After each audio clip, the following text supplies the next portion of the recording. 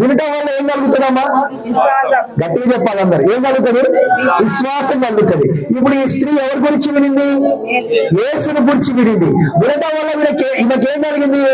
విశ్వాసం కలిగింది. ఎటువంటి విశ్వాసం కలిగింది? ఆయన వస్త్రపు చెంగును ముడితే చాలు, ఆయన వస్త్రపు చెంగును ముడితే చాలు నేను బాగవుతాను అనే విశ్వాసం ఈమెకి ఎక్కడి నుంచి వచ్చింది? యేసును గూర్చి వినటం వలన వచ్చింది. మరి ఈ 12 సంవత్సరాలు ఎందుకు రాలేదు? యేసును గూర్చి వినలేదు కాబట్టి. అందుకే వింటున్నారా? ఎప్పుడైతే యేసును గూర్చి వినిందో, విని ఒకటి నమ్మింది. ఏం నమ్మింది తెలుసా? నేను ఆయన వస్త్రపు చెంగును ముడతాను, నేను బాగైపోతాను అని నమ్మింది.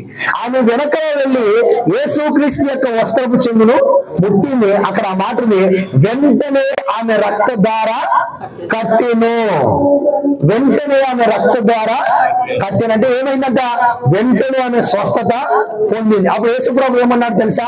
నిలబడి ఆయనలో నుండి ప్రభావము బయటికి వెళ్ళనని ఎవరు నన్ను ముట్టింది అని అడిగాడు. అంటే యేసు ప్రభువులో ఉన్న శక్తి ప్రభావం ఎవరిలోకి వెళ్ళింది? రక్తస్రావ రోగం కలిగిన స్త్రీలోకి వెళ్ళింది. యేసు ప్రభు శక్తి ఆమెలోకి వెళ్ళడానికి ఈయనకేం కారణమైంది? ఆమె యేసును గురించి వినింది. వినటం వలన విశ్వాసం కలిగింది. విశ్వాసం ద్వారా దేవుని శక్తిని పొందుకుంది.